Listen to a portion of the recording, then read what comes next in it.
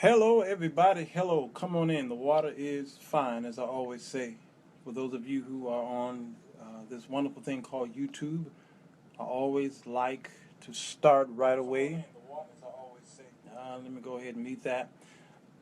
For those of you on YouTube, I like to start right away because instead of begging people to come on in, a lot of times you guys are waiting there. Hey, I want to talk about this issue here. Y'all know I'm on every night, and I like to talk about very controversial topics. I talk about things that make people think, whether you agree with me or not. I get a lot of people who disagree with me, and I get just as many, if not more, agree with me. Thank God my number's a little higher. This is the Sir Walter Jones Show, baby. It's the Monday night edition. At the time of this recording here, it is Monday, right after we just got a man in the office, new guy. All right, y'all know who he is. The great President Donald Trump. After Donald Trump defended how many people were at his rallies, it's not his rallies, his inauguration address, the press man got up there, and then his lady in back there, the top lady in the administration said that this right here is an alternative fact. Okay, and we had a good laugh. But I want to focus today on Vicki Yohe and Paula White, if I can. Yeah, let's do that.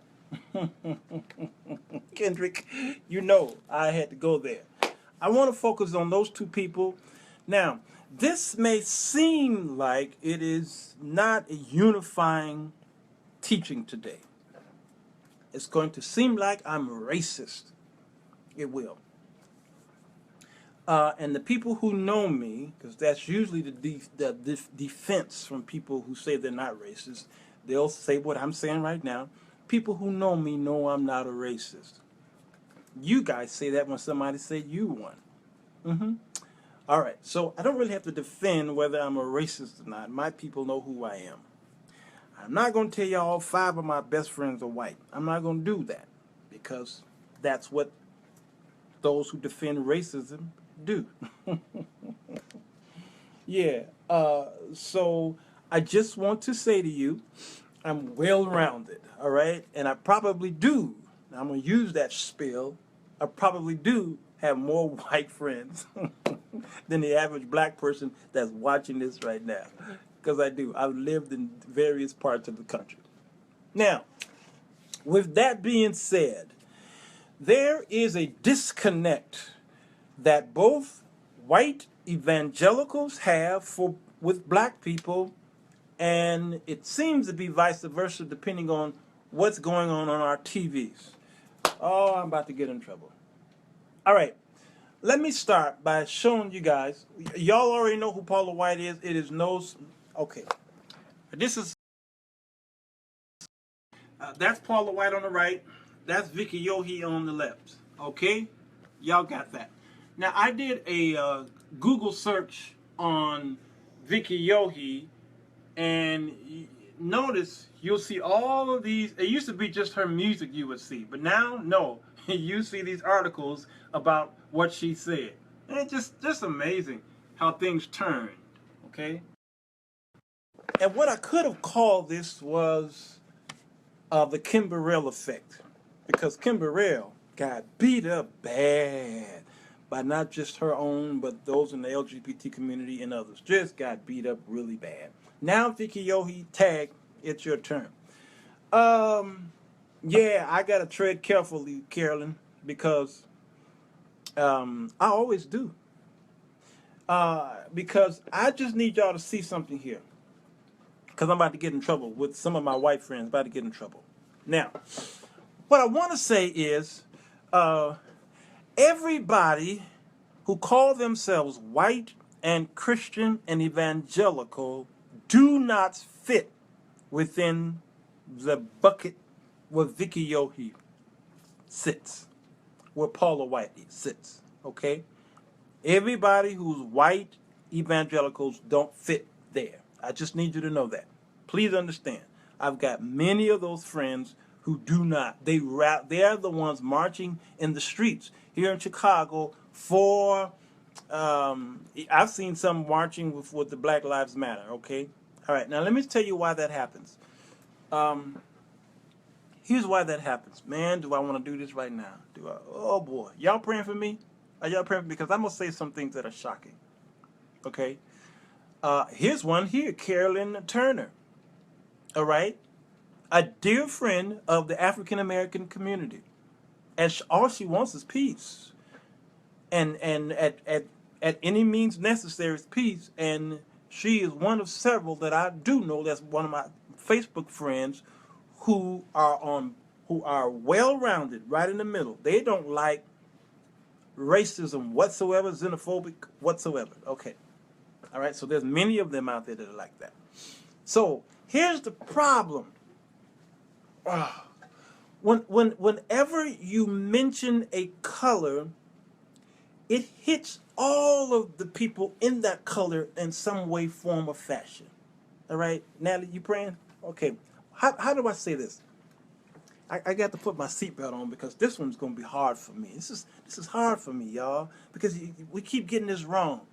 President Barack Obama ran for office, and as long as he was running in 2008, and in 2007, 2008, okay, they barraged him with all kind of racist remarks.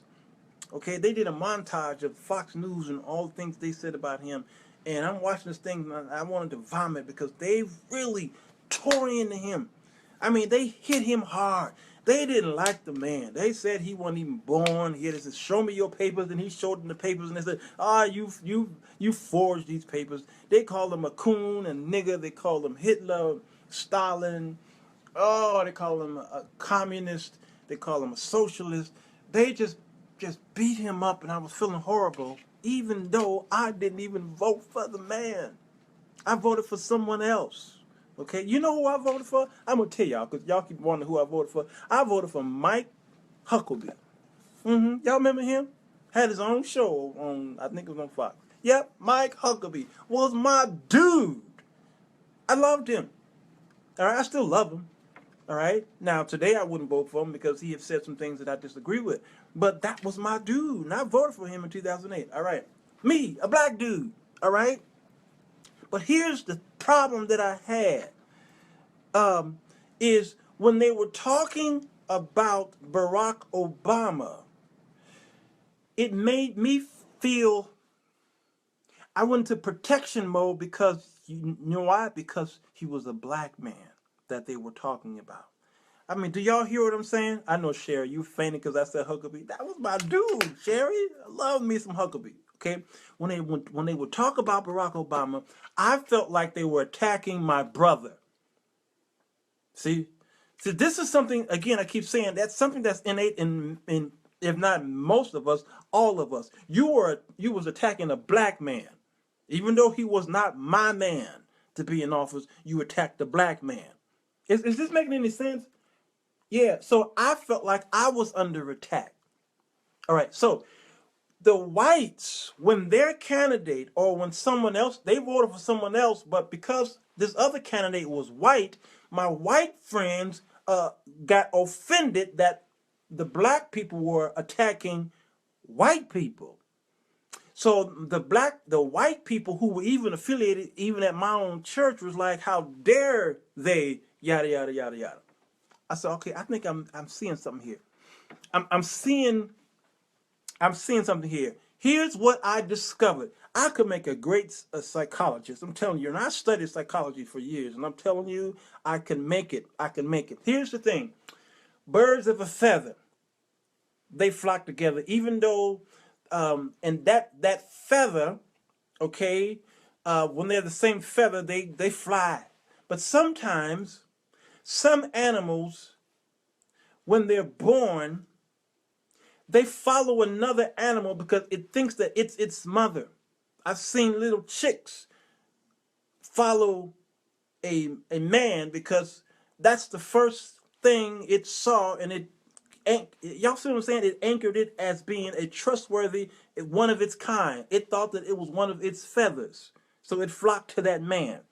I've seen monkeys take care of a puppy okay? Because it seemed unnatural for that to happen, but that's what happens. All right.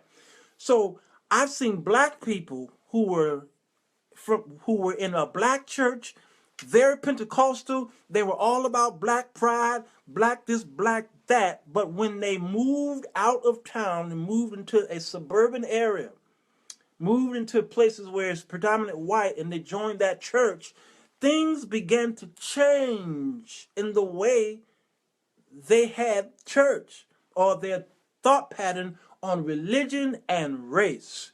They began to understand the plight of the people who they're worshiping with or the people they live with. When they go to school, you send your kids to an all-white school, that black child begin to fit in and mold in with the white culture. Please, people, hear me. This is not a racist rant. I'm telling you what happens psychologically to us.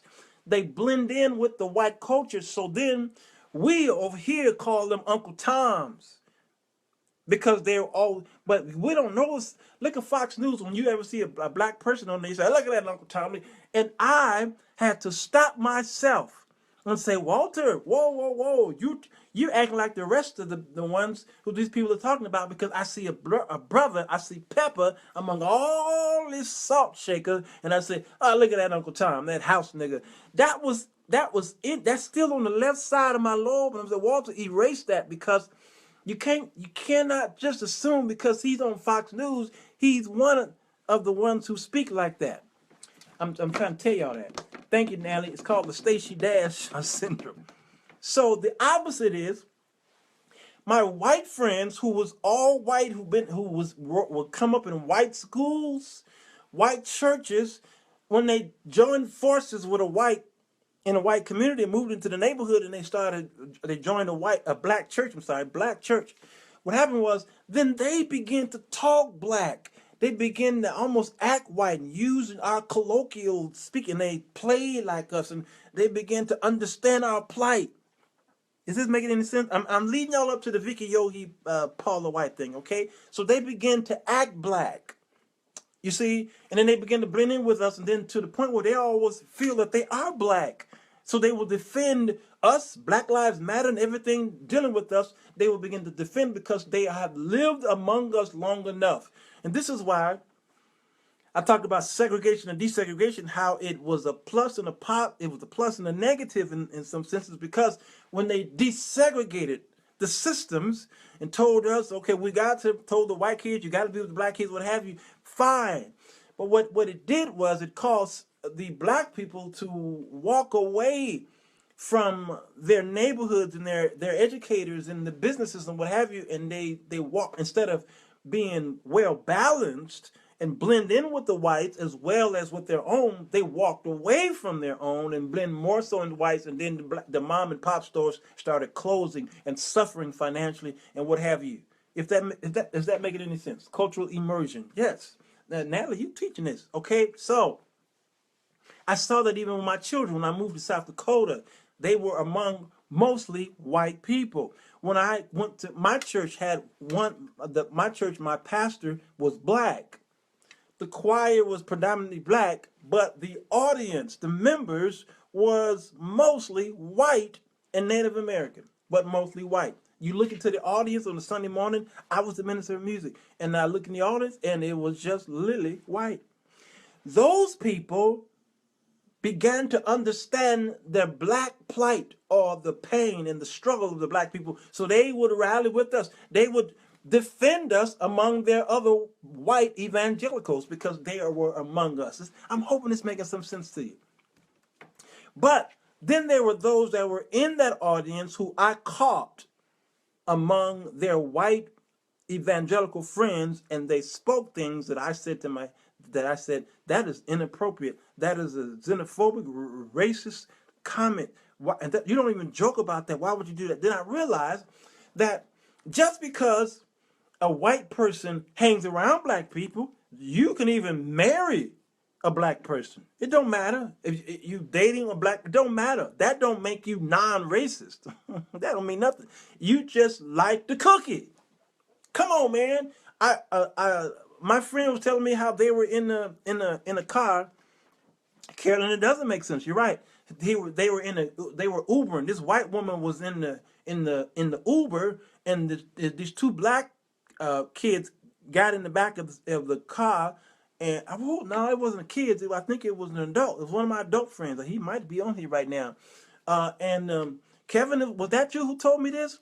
And while they were riding to the white person's destination, she was clenching her purse, and she had her headphones on, and she didn't want it because she was nervous being in that car with these black people.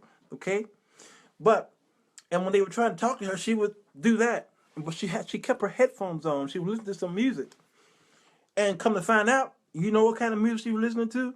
She was listening to rap music, gangster rap at that. They said they heard the music that she was listening to. You see, just because you listen to the music, just because you support the artist, don't mean that you're not a racist.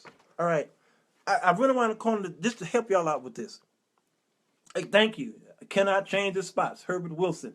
So you got to understand there is a nature with people. Some of my white friends were raised up under racist parents, and they tried to pull away from that by joining forces with black people. And then they would go back home to a racist atmosphere. And then they would go to school to a racist atmosphere. All right? They would go to the white neighborhoods, their white supermarkets. Sometimes it was a racist atmosphere because the conversation that was going on. And see what I'm saying? And so then they will go among us, and they would high five us. They knew our language, but there was something in them still resting in the foundation of their bowels that they could not erase, and they couldn't understand why do I feel like what's wrong? So the Vicki Yohe situation was she put up that meme of the president of not the president but Jesus, white Jesus, okay, with his suitcase, and he's on his way back to the White House. Black people went crazy. They were, how dare you? We support your records, your albums, your CDs, your MP3s. You go to your concerts. We're the ones that packing out your concerts. We bring you to town. We pay your expenses. And this what you gonna do to us, telling us that God was not in the White House because of Barack Obama? Okay? Oh, they went crazy. All right.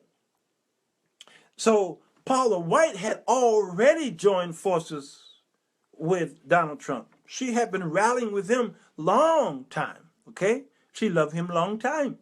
And so we saw her.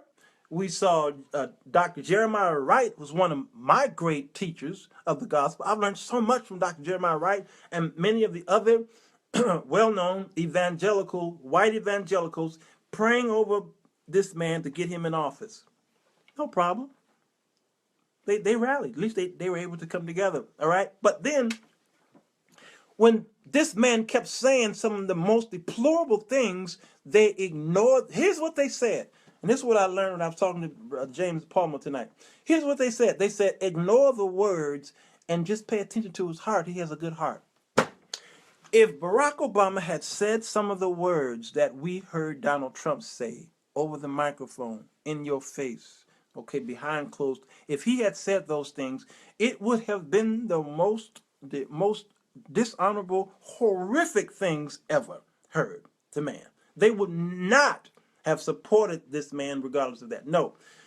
But what they did was they joined forces with a party, conservative, because I'm a conservative myself, but they joined forces with a Republican Party, all right, which I'm not against because I have Republican values, but more so the party of Lincoln, not the party of these other people that y'all have. But I'm really of the party of Lincoln, all right? But they joined forces with him because the evangelicals have always joined forces with the Republican Party. No matter what the Republican Party do or say, they say, la, la, la, la, la, la, la. Don't listen to what they said.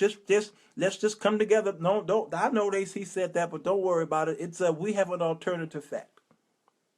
An alternate fact, okay? All right? Because you're messing with the people. You see, I didn't vote for Barack Obama, but you was messing with my people. And it's in us to do that. So when Vicki Yohe did what she did, I said, oh, Y'all don't understand. Those are really her people. She can be in concert with y'all all day, all night long. But at the end of the night, she's going back home to her people. Man, I'm trying to teach y'all a lesson here. Good evening. What you saying, Emilia? I'm trying to. Okay, I gotta teach this. I can't. I know this is a serious lesson, but shut up. Pajama pants. What is she talking about? Okay, so you get it, Sherry? Yes, good. So it's her people. So she issued an apology. She says, I never want to ever hurt anyone, and that has never been my intention. If I have hurt you, I'm truly sorry. Okay? All right. I'm trying, LaTanya. It is true that I am excited by the thought of a government that will protect Christianity and not attack it. Did you hear what she says? She's happy that there's an administration that will protect Christianity. Now, just because a man held the Bible in his hand, went over to Liberty University and read out of 2 Corinthians, okay, that made him a Christian man. And then he says, nobody loves the Bible more than Trump do. That made him powerful. It made those who prayed over him, the white evangelicals, say, yep, God gave us this man. Even though Barack Obama said the same thing. He said, he proclaimed that he was a Christian man. We saw Barack Obama in church several times. Not just us who live in Chicago, because I visited that church quite a few times, but we saw Barack Obama on the news at church. We never saw Trump at church, ever. You hear what I'm saying? I'm not talking about during the time he said, I will run for president. No, we never, ever saw him at church, ever. But all of a sudden, he became the man that God chose. So when the white evangelicals prayed over him, we know a lot of the black preachers came to his, but I'm talking about Vicki Yohe and Paula White right now. When they prayed over him, if he said anything religious, they said, God is here. God said this, God said that through this man. So they rallied because he stood on the Republican side. But watch this. Donald Trump has never been Republican. Never. Donald Trump is the only president that I know where a party put him up there, nominated him, he won, but he really was not of that party. Donald Trump is a third party candidate.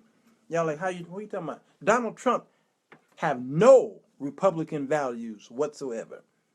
But because he says, I might do better as a Republican, he joined forces with them and they says, this must be our guy because he's saying things that we actually really want to say. The Vicki Yohes, the Paula Whites, okay, and all these other ones. He's saying stuff that we want to say, but we can't say, and these other candidates ain't saying them, so he's the one. God has selected him.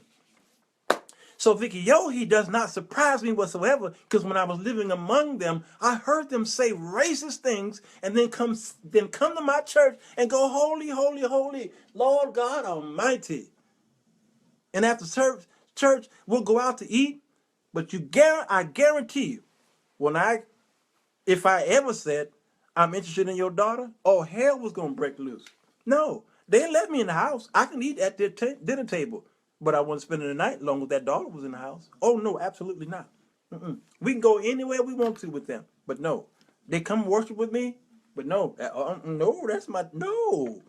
Ask me how I know. I experienced that with them. You see what I'm saying? And that discouraged me at points. But don't get so relaxed. See, African Americans, we are weak in many cases because if you turn on the night shows, these infomercials, or turn on these Peter Popoff, okay, and these guys who are selling oils, these white guys, these preachers selling oils, and your night TV that comes on, they usually come on around 11, 12, 1 in the morning, and you see this white evangelical. Look in his audience. And when he's doing his little altar calls, guess how many black people you see in that audience? It's usually 90% black folks who's following a white evangelical. Why is that? Because he know how it works. He got y'all pegged. He know how weak that the black sheep can be. He knew it. He know if I use this particular tactic, this term, this thing, they'll come. White folk, you know, don't follow him. Man, I'm messing up, Leslie. I'm in trouble. YouTube about to blow me up. Ooh wee. Like that crazy girl, Donna, not Donna. What's her name? Like a virgin. What's her name? Talking about something she thought about blowing up the White House. And y'all was out there marching with that foolish woman. She was gonna blow up the White House. Now, if any of those white evangelicals had said that, oh my God, you talking about the trouble? Madonna, did y'all hear her hear her say that? That was the stupidest thing ever. But you African American women, Christians, were out there with march and say, hey, man. All right, that's another show. Paula White, we supported her. We were there with her when she was going through her divorce situation, and they separated. Black folks still supported her. She would come to your town, and it was 100% black folk. But what was she doing behind your back? She was supporting a man that y'all felt that was racist, and she turned on y'all. Why were you surprised? That's her people, okay? So don't think that Vicki Yohe, Paula White, and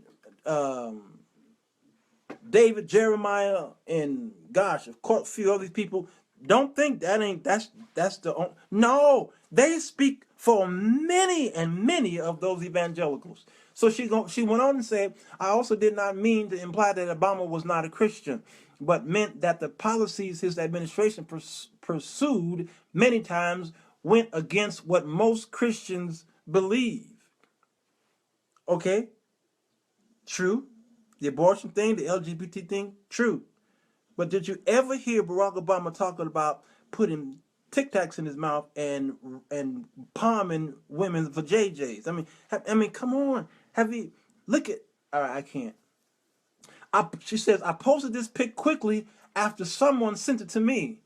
In retrospect, I know that in haste I did it without considering how some may view it and the meanings they would derive from it. Did you see that? She, out of her mouth, says, I am disconnected from the African American community and their affairs. I'll sing for them, and they will buy my albums, my CDs, but I'll put this up because I have no idea how sensitive this will be to them. You see what I'm saying? We support any and everything, African Americans. Y'all shocks me sometimes. All right? Yeah. Herbert, he said she knew what she was doing. Yeah. She didn't know it was going to be the backlash like this. Then she says, there's people with large followings have attacked me on social media. I would never do that, by the way. Some might saying, you're attacking her now. In the last 24 plus hours, I have been branded a racist. And, you know, I didn't call her racist. Anyway, and endured continual attacks from thousands of people. And then she went on about saying that her money is drying up. Okay? All right. Y'all know what happened to our sister. Okay? Let me tell you why this happened. You'll have to go and please somebody play for Martha Manuzzi, because I know after this happened, she was like, I ain't saying nothing. Natalie, I ain't saying the doggone thing. I'm going to sing my songs and say hail to the chief or whoever it is out there. God bless y'all. God bless America. But I ain't saying nothing about nobody. I'm going to sing. Martha Munizzi, you better put something over your mouth. Don't write no blog. Don't make no Facebook post. Shut up, Martha Munizzi. Be quiet. We still like you. All right. She's lying. She did it before. Made racist remarks. Danny Tolliver. I've seen your comments earlier, and you're right. Filthy looker. Vicki just own it. What? Yeah. Boycott Paula White. Sasha saying, I want my money back and get rich off of black folks. I know. But here's the historical fact. I did this video here. I don't know if somebody... I did this video on YouTube. All right? It's called The Black Pastor and the Politician. Why Donald Trump? The Black Pastor and the Politician. Notice when I did that, that was a whole year ago, or a year and a month ago, all right? That video right there got people peed off at me. I mean, if you can see some of the comments, some of this stuff right here, man, woo, they went off on me. They was like, nigga, coon, you jack, you name it. I know they. Okay. All right. Now, I understand. I know why they did it. Because I gave them a historical view of white evangelicals. I'm going to give it to you right now if you allow me. All right? Allow me to do this. Hit the share button because you're about to learn something. Okay? Some of you heard me rant about this. Vicki Yohe and Paula White is only the evidence of what their forefathers brought up. Okay? I did a radio show called God in America. What did I call it?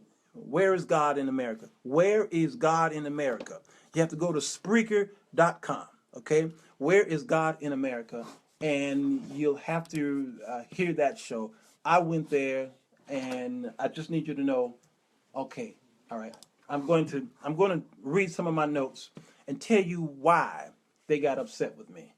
All right, because if you look at the history of America, America, first of all, is not a Christian nation. By the way, it never have been. Our forefathers were never. They're not Christian. They were not Christian. They were deists. I think they call them. Billy Graham, remember him? All right. Okay. Thank you, lady. What are you saying, Rochelle? You hit it on the wall. Yeah.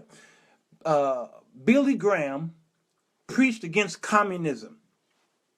All right. Billy Graham. Now, Franklin Graham, his son, was the one that was up there at the inauguration when Trump started speaking. You notice the rain started coming down. Yeah. And then what they said was, Billy Graham, not Billy Graham, but Franklin Graham said, yeah, that's just a sign of the Holy Spirit.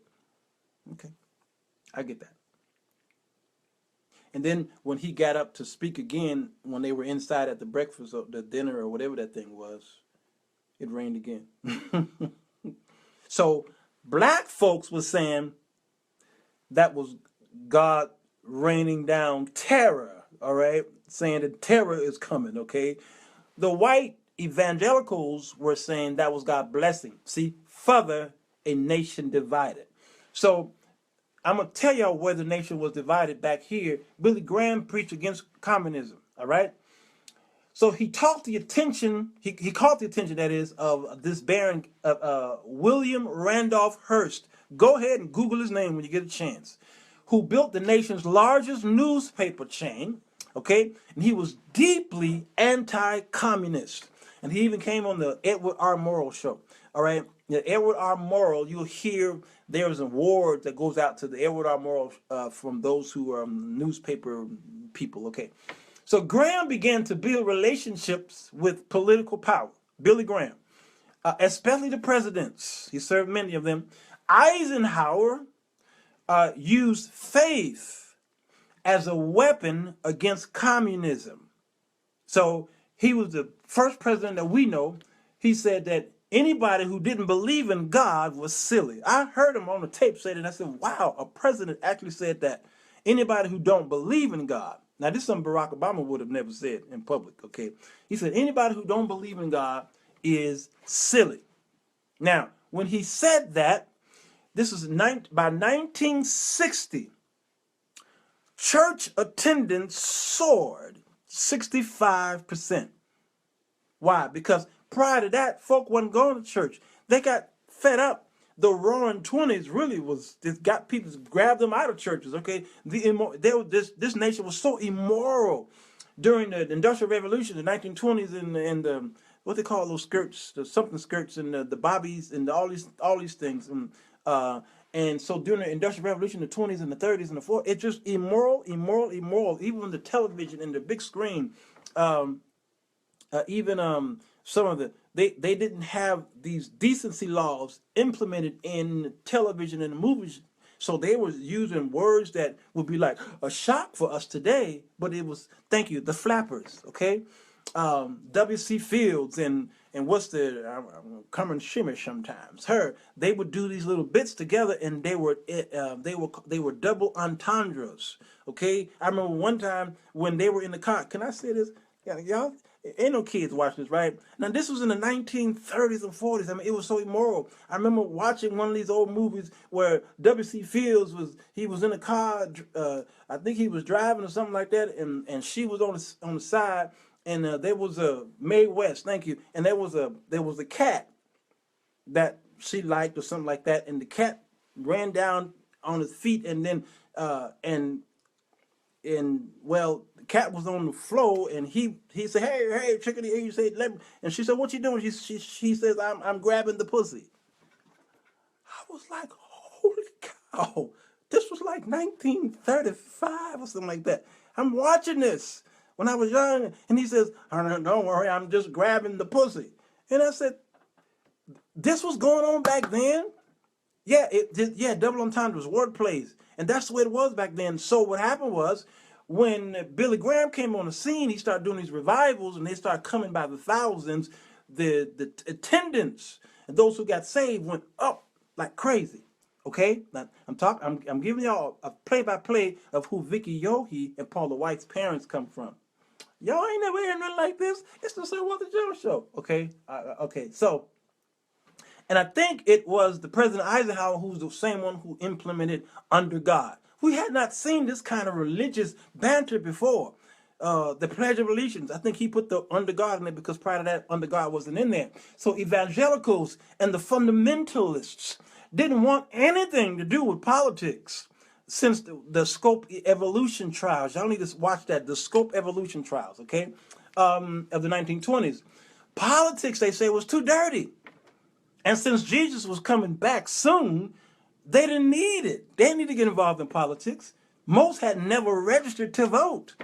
Man, behold how good and pleasant it is for brothers and sisters to dwell. I know, Carolyn. I know this is upsetting you, girl, but I gotta tell the history.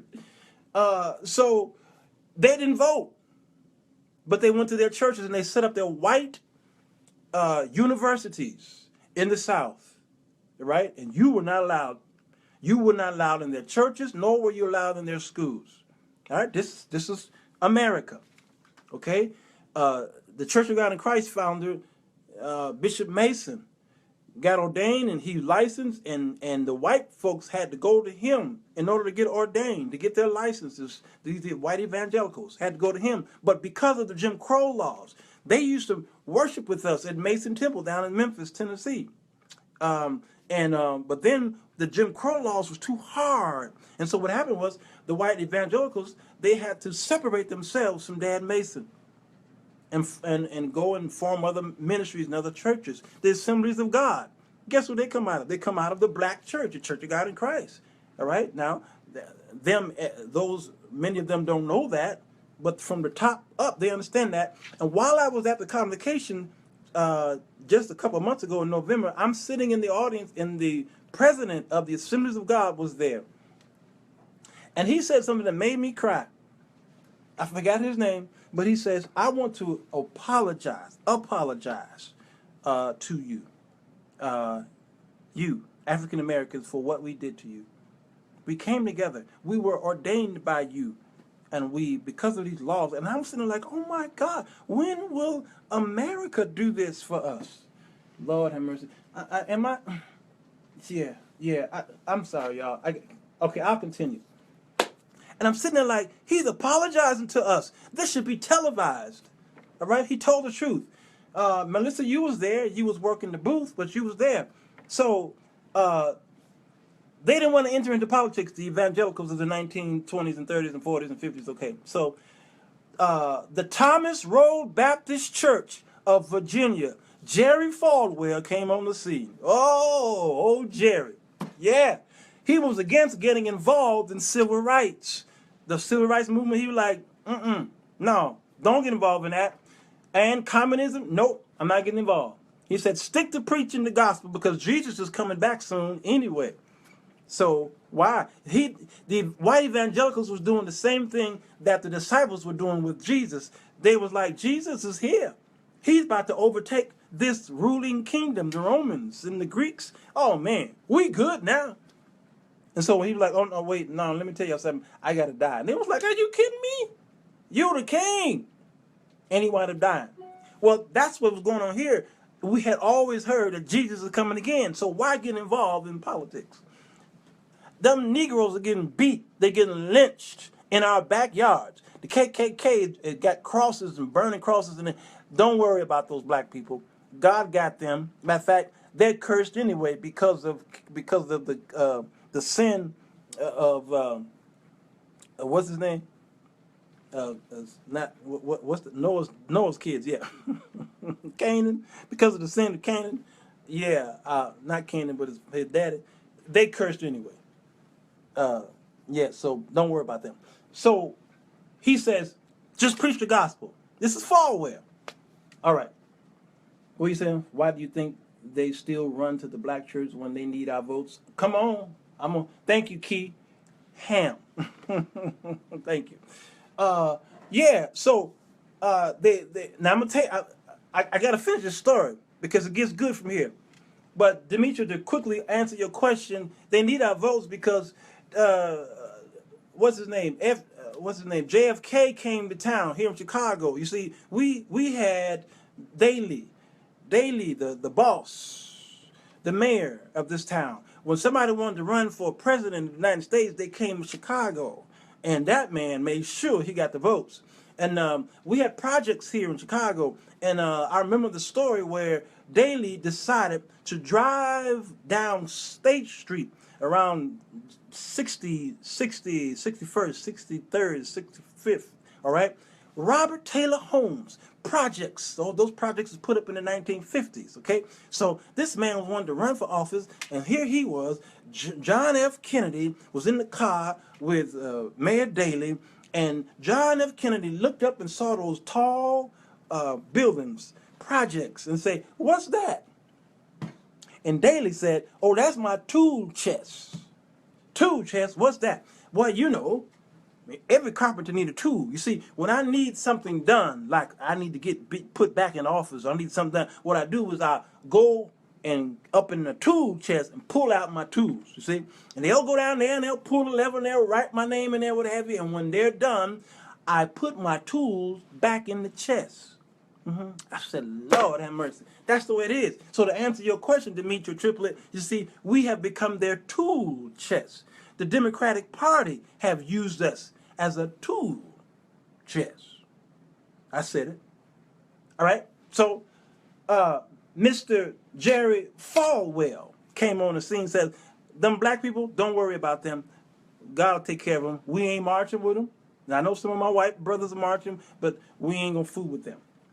All right, so Francis A. Schaeffer came on the scene. Go ahead and Google his name when you get a chance. He was a fundamentalist, okay? Began to preach against humanism and the rage of the 1960s. All this marching and stuff for rights, okay? Preach against you hippies and free love and all this stuff, okay, and sex. All right, so the Catholics, they began to fight against abortions in 1972, and the Evangelicals, they're like, no, we ain't even worried about abortions. Don't worry about it. You white women, y'all good. Stay away from that issue because we don't have an abortion problem. All right? I did that show on eugenics. Go to that show. But then eventually, Jerry Falwell got an awakening. He did it. He finally jumped in and he said, in 1978, he did a sermon on abortion, and the word spread like wildfire. Okay, he called it the moral majority. Are y'all still with me on this? I'm giving y'all a lesson that might save y'all's lives. Okay, yeah, you doing good, thank you. Don't lose me, brother, but you telling the truth. All right. Yeah, so the moral majority came on the scene. Y'all remember that? Watching those TV shows of him. All right, at the Thomas Road Baptist Church, right there in Virginia. Y'all ever been to Virginia? I'm talking about real Virginia. Well, don't be caught after dark in real Virginia. You hear me? All right. Okay. Ronald Reagan, the man that the evangelicals worship to this day more than they do Jesus. Ronald Reagan will come out of their names more so through the week than Jesus Christ himself. The great Ronald Reagan. I liked Ronald Reagan. I did. I liked the man's character like y'all liked Barack Obama's character. All right? I like Ronald Reagan's character. just as much as I did Barack Obama character. I really liked the dude. I did. Okay.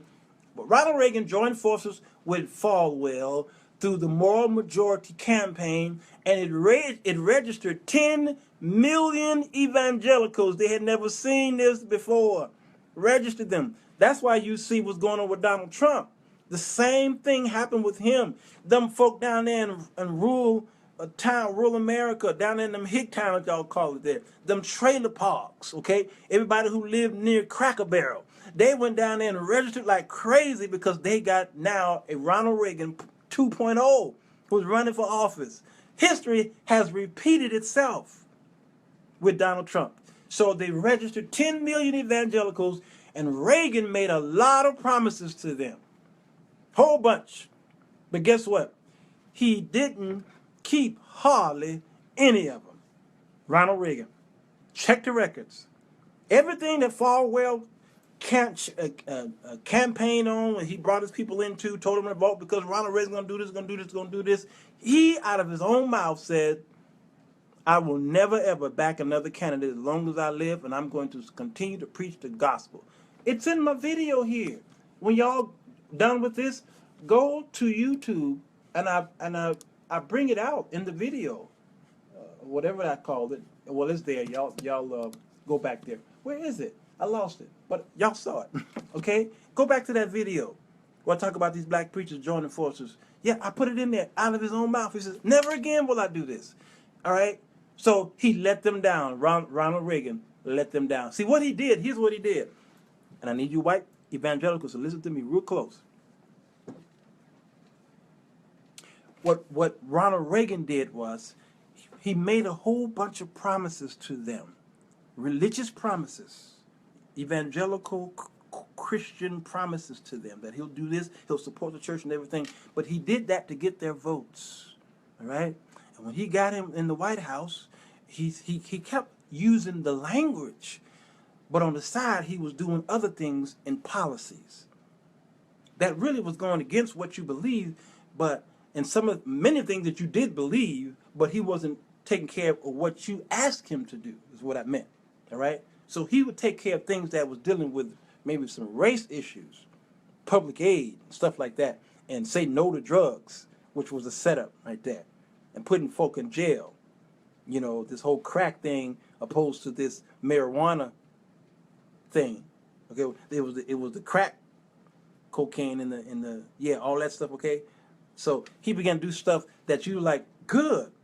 I'm glad you're doing that. But what about all these other religious policies? He's like, I got you. And for 4 years he did nothing. Then for another 8 years he did nothing for them, and they said, we can't support this no more. Well, guess what?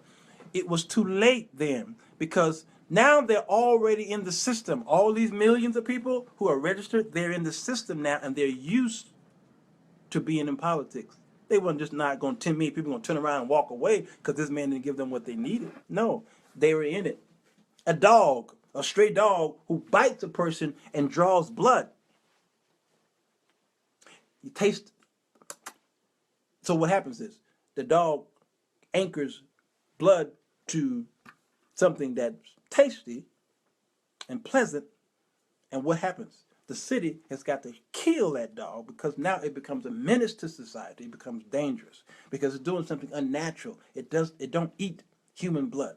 All right. So the white evangelicals, they jumped in this thing, and then they said, you know what? This politics stuff is all right by me. But this man didn't help them. And then after he left, George Bush jumped in, and they said, okay, maybe this is our man. And he didn't do nothing. And then, of course, all it needed was, we needed 2 terms of Reagan and a term of Bush in order for America to say, all right, y'all can have it. And they gave it to Bill Clinton. And Clinton did 2 terms. I got to do a show on that because God is a master chess player. I keep telling y'all. You see, don't think that because there's a Republican in office, he's going to be in there now forever until, no. See, God's got to reintroduce the Democrats back in office because he's got to do this to the world. He's got to do this, like that shaker, you know, like that globe with the water and all those. He have to do this. How else is the Antichrist going to enter into here? He's got to do this, cause chaos. So he can't have it just like that. Donald Trump's going to serve as long as he can until God says, okay, now I get to turn the globe this way with a Democrat.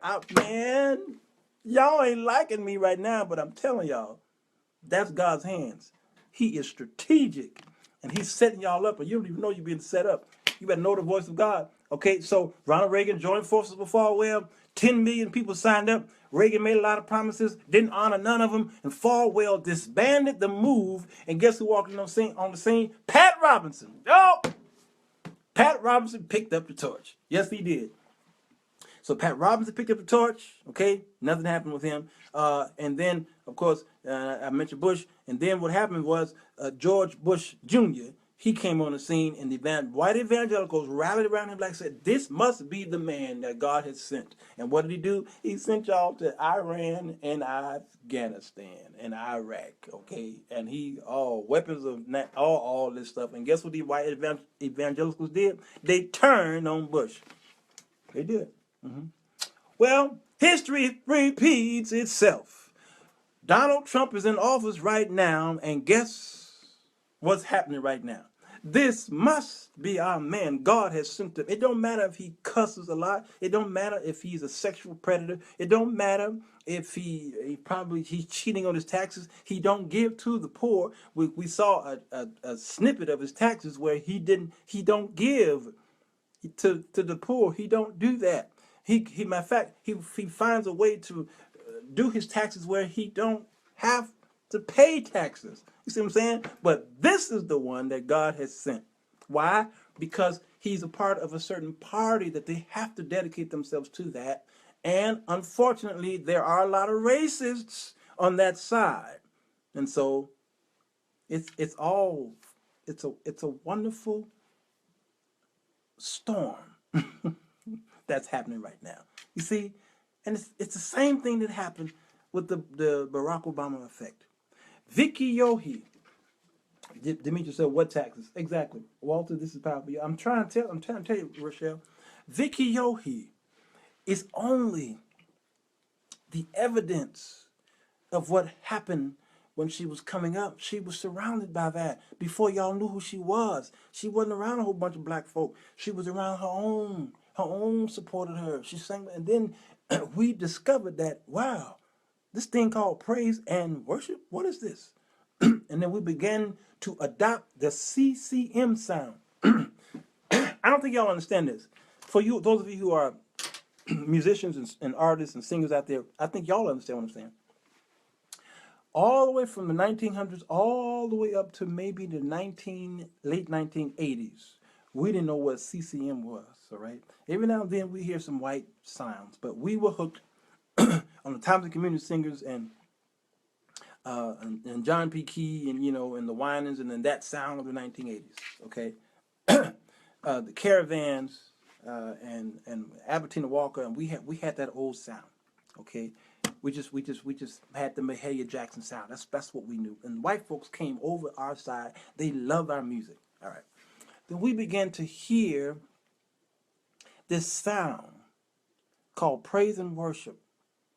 Because our churches was traveling shoe, Lord, got on my traveling shoe, Lord, got on my living, he loved me, dying. That was our churches. Okay, it's called congregational songs. And two people would stand there, and one would testify, and the other one would testify, and they'll say, I pray the Lord that y'all stand up and testify, tell of the Lord's goodness, and I pray that I be the one that the Lord called in these last and evil days. Thank God for being saved, sanctified, fire baptized, filled with the presence of the Holy Ghost, and that would have minded, burden, fire. We had the script. We knew the script, and we taught to our kids. Traveling shoe, Lord, got on my travel. Okay, that was it. Something happened in the 1990s where we began to hear songs. Above all power, above all. We're like, oh, what is this? Okay, so what happened? The big choir that you saw marching in on Sunday mornings, it took them about an hour to get up in there. They said, bye-bye, y'all. We don't need you right now. Because the choir was shrinking anyway. Churches was emptying out and the choir was shrinking. Folk got offended because the minister of music just didn't know, was not good at persons, okay? They just wasn't good. So the first lady was running folk out of the church, and then the pastor's kids, they were sleeping around with everybody in the church, and that was running folk out of the church, and the church was just shrinking. Okay, so what happened? We looked over there on the white side of the fence and saw this thing called praise and worship, and we saw a praise team. And said, "What is this? What is this?" And so we went over there and we started buying their records and CDs and hearing people, Chris Rice and Chris this and Michael W. Smith and Stephen Chapman, and who are these people? Big Daddy Weave and funny names. You see what I'm saying? And we began to buy their cassette tapes and their records and what have you, and their CDs, and say, this is good stuff. And what we did was we blackerized it. And we started introducing it into our churches. And then what we did was we removed the pulpit furniture, and we took the cross off the thing, and we began to even shift our churches to look like theirs. Smoke, electric guitars, and smoke and mirrors, and we made it look like that scene. You got that sound, you might as well have that scene. It's like the hip hop. Hip hop is not music. Hip hop is the culture. So the black church turned over to a contemporary Christian music culture, CCM, and then our artists, from Fred Hammond to all of them, they began to sing that style of music because that was the style of that time. So what we thought, though, was that our white churches and black churches were going to come together. The music, now we're sharing the same music. Why won't we come together on Sunday? No, Vicki Yohe, Paula White, okay? No, you can't mix. They ain't ready for that. How I know? If I had a secretary here, they'd give me some water. Iris, my dog, might give me some. Iris, go give me some water. Thank you, baby. Here's what happened. I lived in South Dakota, and I made a wrong turn at Albuquerque. Okay, yeah, and the late Bishop Brazen loved Robert Schuller. Yeah, Robert Schuller is one of them. That big glass cathedral. I watch Robert Schuller every Sunday morning. I know what you're talking about, Anthony. So I remember making a wrong turn. All right, and I was my church. You know, the church that I wanted to attend was mostly a black church. But I said, you know what, I'm late anyway. So I saw this church on Sunday morning. I said, I'm going to go in here and worship with these people. And I went to the door, walked in. They looked at me funny, okay? And they said, how are you? Hi. I said, fine. How are you? Good. You looking for someone? They said, no, I just come here to worship. They said, well, you know, Faith Temple, that black church, is just a half mile up the way. Yet they have a good I said, no, I'm here to worship with you. Oh, my brother, well, come on in. And they sat me in the back. And all while they were there worshiping, they kept looking over at me like, like strange fruit. I said, oh, wow. So it is true that 11 o'clock is the most segregated hour of the week. It is the most hypocritical hour of the week. I just couldn't believe that I was being treated like that. Like, you here for who now? You here to paint? You here to, what are you here to do? You here to serve in some capacity, or you at the wrong church? That's what I felt. So I said, oh yeah, I get it. That really is how it is. Carolyn Turner, now let me talk to you. Let me talk to you, Carolyn. I hear your dismay and concern about how African Americans talk. But I remember watching a newscast where there was a woman, I think she was either some type of representative or a senator of that town or a mayor or something. They asked her a question about Barack Obama, and here's what she said. Are you hearing me, Carolyn? She said, we have never seen racism like this prior to Barack Obama getting in office in 2008, 2009, inauguration, of course. She said, we have never seen that. And for 8 years, that's all we've been seeing is racism. Now, here's what she was saying. She was pretty much saying, we've never seen so many black people talk about how racist we are, right? We never seen the talk. We never heard her talk, okay, about racism until he came in office. She was saying he's the cause of the racism, and he's racist himself. All right. It is obvious that that woman was disconnected from African Americans. And she represents millions of white evangelicals who are disconnected from our plight. Okay? Carolyn, that's right. Satan is the father of racism. He is. And I need you to know, Carolyn, that your sisters and your brothers, I'm talking about the Caucasians over there, you know them. You come from them. It is imperative that you pray for them and that you talk to them, because one of the worst things, Carolyn, that you can do is be silent. Because white silence is just as deadly as black silence. You hear what I'm saying? See, black people, we march in the streets. Black lives matter. And when a white cop shoots a black boy, we all of a sudden get together and march and say, put that man in jail and persecute him to the highest extent of the law. And then the rest of the week, especially here in Chicago, many of my black boys and girls are shot dead, and we don't hear nothing from the same people who were just marching yesterday for this cop killing some black kid. You see, when we're silent, it do more harm, right? And many of us are marching, and many of us are raising up children so this won't happen. But the masses of them don't say anything. Carolyn, you're not silent. I know you're not. I see you talking on Facebook. That's why I praise you the way I do. All right? And I'm going to remind you of this story, Carolyn. The story of Adolf Hitler. When he was wiping out the Jews, he was wiping them out by the millions, okay?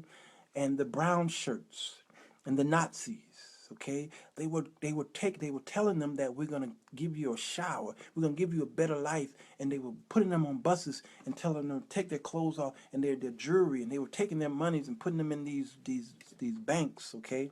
And then they would ship them off to these camps, and they would go in there and say, you're going to get a shower, and they had shower things, but those shower things were really gas, and they would gas these people, and then they would throw them out like garbage. Now, the German people knew this was going on, and they ignored it. We know they're murdering those people. We don't like the Jews anyway. We're not a part of Hitler's regime, but we ain't gonna say nothing. All right? Well, 1944, I think, came on the scene. When we went 1944, 45, I don't know. And America and our allies came and overtook Germany. Hitler was told that he committed suicide, all right? Whether he drank something or shot himself, I can't remember, all right? And when we came over there, we went into those territories and we saw an atrocity. We said, oh my God, look at all these bones. They were just in holes, okay, piled on top of each other. And what did the Allies do? America and the Allies went into the German towns and they marched those men and those women out of those homes and marched them down to the gas chambers and said, now look what you ignored. Now here's what we're going to do. They gave them all shovels and they said, now you're going to bury these people, give them a real burial. And that's what they did.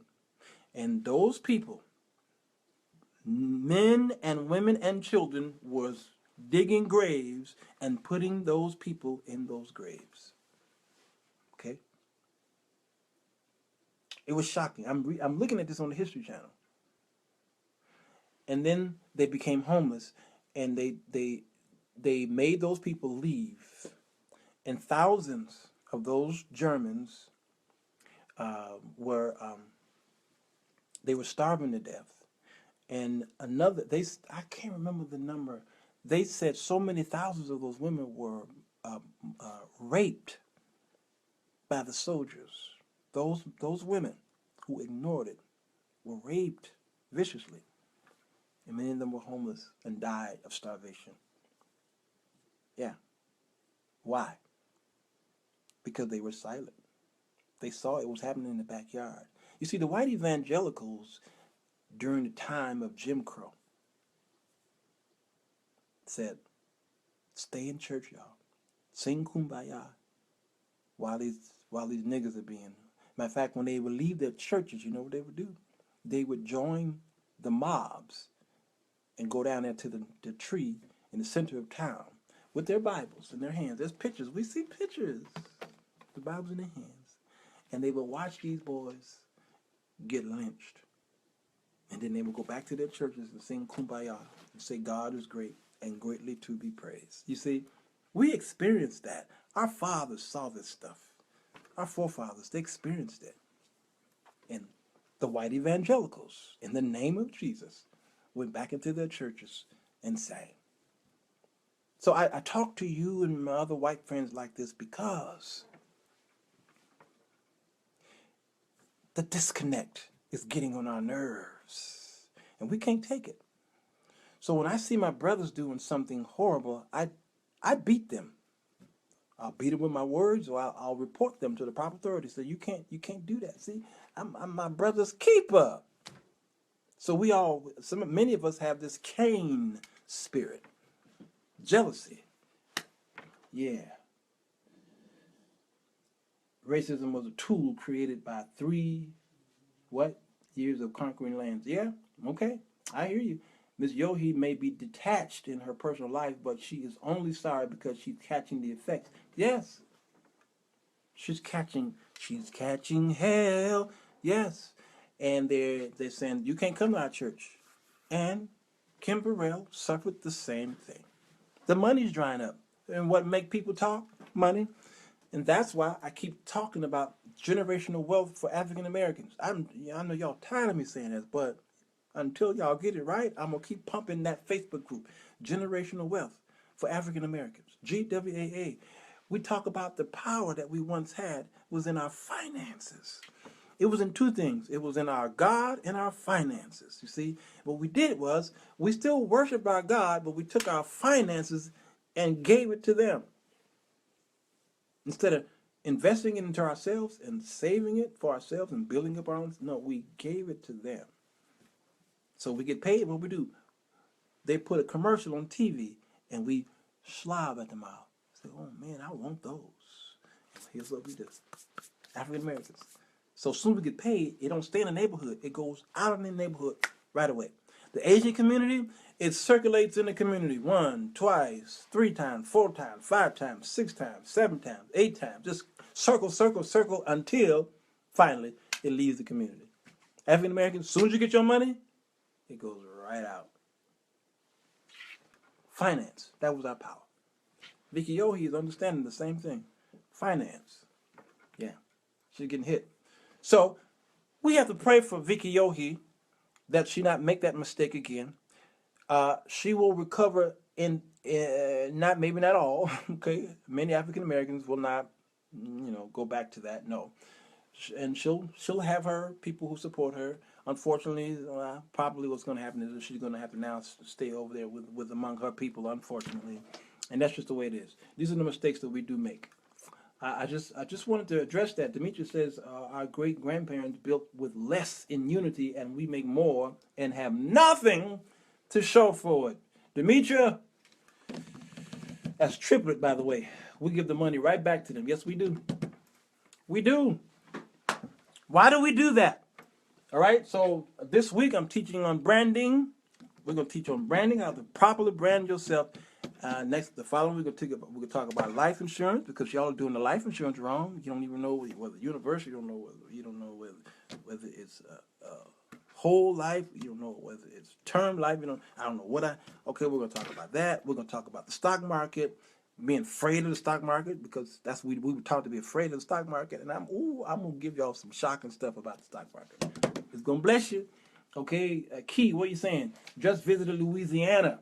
My cousin attend the black church, and there's another church with the same name.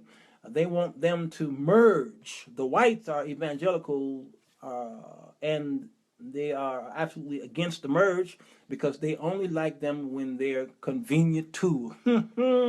Key, I know. Come on. Anthony saying that's why reparations is not a good idea. Today, the people will foolishly give money right back to children of slaveholders. Anthony, you on top of it. Yep, I'm so baffled. What are we standing for? Dorothy Bedford. What are we standing for? Because it looks like we're really falling for a whole lot of stuff.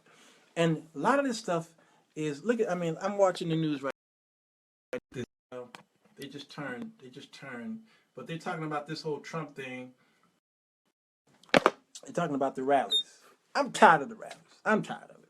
I'm tired of hearing about how many people was at his inauguration opposed to him. I'm just tired of it. It's all distractions. And we should be, as African Americans, rallying around and rebuilding what we lost or what we gave away.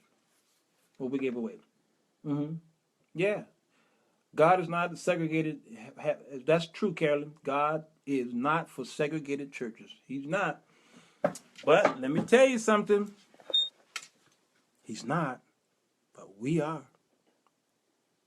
We are. I thank God for my church. We are a missions church. We have all kind of folk over my church. That's because my pastor traveled 60 countries. Right now, he's in Haiti right now at his old age, trying to see what he can do to help save the world, one person at a time. So we got, my band is, I have whites in my band. I have Hispanic in my, what is he? He's a Peruvian, okay, in my band. We have people from the islands in our church. So I'm used to being around people of different cultures and races. When I moved to South Dakota, of course, I was among many Native Americans and, of course, whites as well. When I was working 9 to 5, before I decided to launch out there and build my own business, I worked for white people, all right? And I made sure my children were around them. I wanted them to understand, and so I thank God for my friends. So when I travel to white churches, and they're the ones sent for me. One church in California sent for me. They wanted me to do it, which really unheard of, through Jonathan. I don't know, Jonathan, my dear friend, he's not on here. But a white church out of California asked me to come and do a retreat for a few days in Lake Tahoe with all of the kids. And I did. I went down there, and a brother with the organizer, we baptized all these white kids in the Lake Tahoe rivers out there. Okay, I loved it. And I sang a song. I'm going to find that video, and I'm going to put it here. I sang a song, and we talked about politics, and we talked about God and everything. That's what I'm used to when I was in Florida. That's all I was around. I love to be around multicultural, because that's what God is all about. Now I'm going to throw a brick at y'all by saying this. Y'all keep saying God is colorblind. Nope. He is not. No, God is not colorblind. Because can't nobody colorblind make all these colors on the earth. He ain't colorblind. I know what you mean when you say that. But I did that show. God is not colorblind. He specifically made these colors. He liked colors. He liked painting. He loved his brushes. God just paint. You should see what he did when you just go outside in the morning time and look at the garden. He loved colors. He ain't colorblind. He know black people. He loves black people as much as he loves white people and Asians. He made them that way for a specific reason. You see, black folk clap on the 2 and the 4. White folk clap on the 1 and the 3. God strategically put that together. Come on, man. Because if you clap on the 1 and the 3 and the 2 and the 4, you applauding Jesus. That's what you're doing right there. He said, somebody got to worship me, and I'm going to get the white folk to fill in the blanks. Yeah.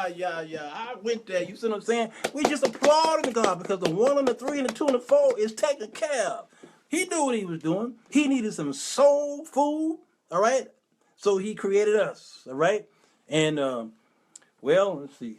He needed some good old-fashioned, country. He invented you white folk, all right? You see what I'm saying?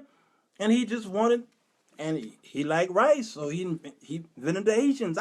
Come on, man. I don't care what you saying. God got a groove. So he invented them Jamaicans. Come on, man.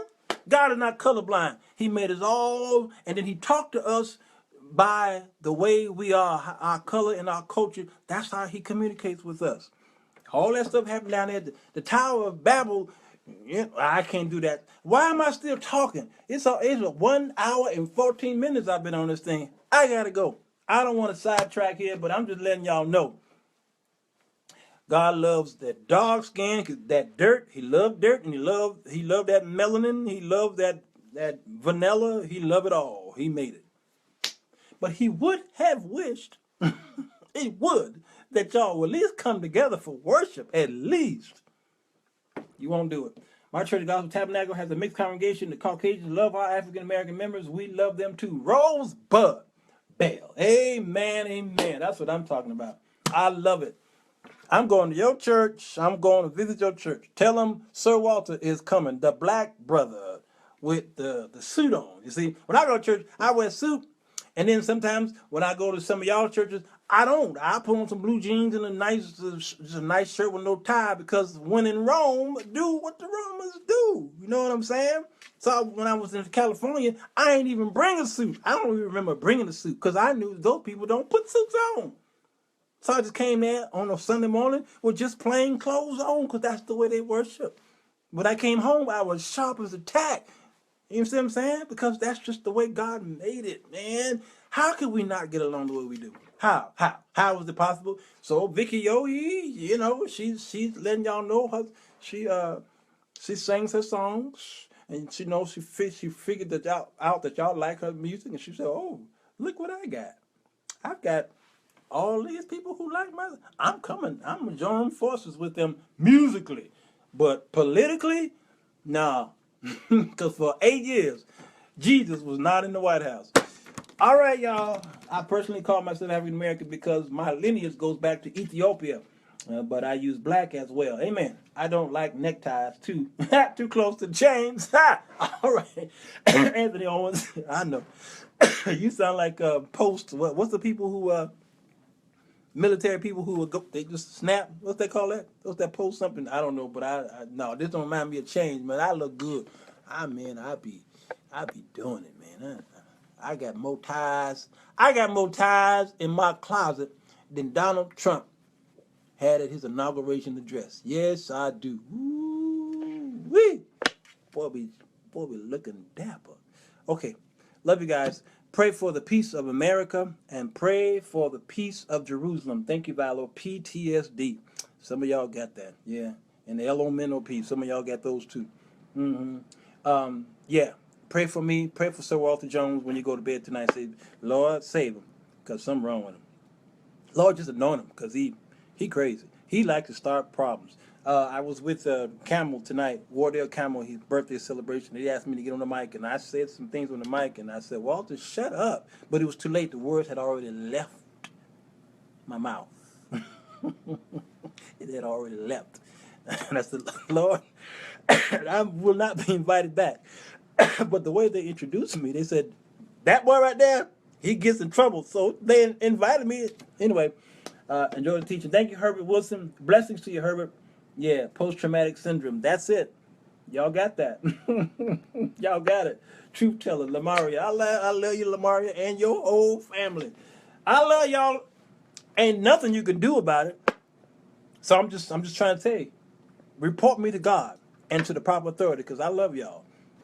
And ain't nothing you can do about it. Hey, join me tomorrow on the Sir Walter Jones Show. Let's talk about some more stuff that's happening. Hit the share button and pray for Vicki Yohe and Paula White, that they will understand that you just can't just say anything, especially the hands that's feeding you. You gonna bite it like that?